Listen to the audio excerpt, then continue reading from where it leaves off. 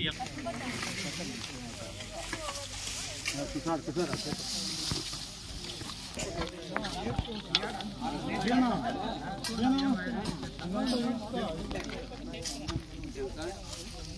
ಎಲ್ಲರಿಗೂ ನಮಸ್ತೆ.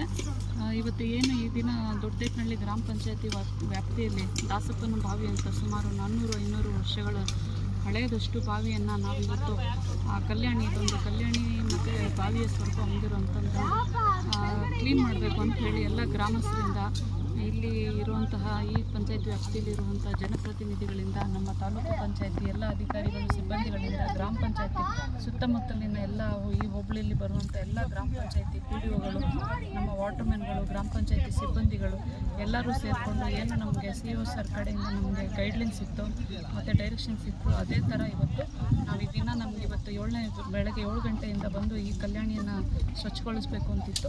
ಅದೇ ರೀತಿ ಈ ಕಾರ್ಯಕ್ರಮವನ್ನು ಮಾಡ್ಕೊಂಡಿದ್ದೇವೆ.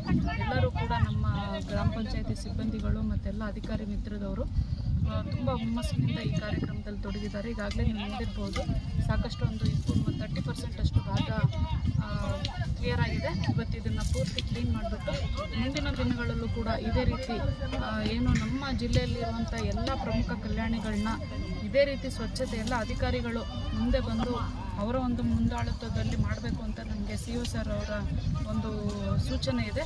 ಅದರಂತೆ ಪ್ರತಿ ವಾರ ಅಟ್ಲೀಸ್ಟ್ ತಿಂಗಳಿಗೆ 2-3 ಕಲ್ಯಾಣಿಗಳು ಮುಂದೆ ಈ ರೀತಿ ಸ್ವಚ್ಛಗೊಳಿಸುವಂಥ ಕಾರ್ಯಕ್ರಮಗಳನ್ನ ಅಧಿಕಾರಿ ವರ್ಗದಲ್ಲಿ ನಾವು ಏನು ಅದನ್ನು ಹಮ್ಮಿಕೊಬೇಕು ಅಂತಿದ್ದೀವಿ. ಈ ಮುಂದೆ ಅದನ್ನು ನೆರವೇರಿಸ್ಕೊಂಡು ಹೋಗ್ತೀವಿ.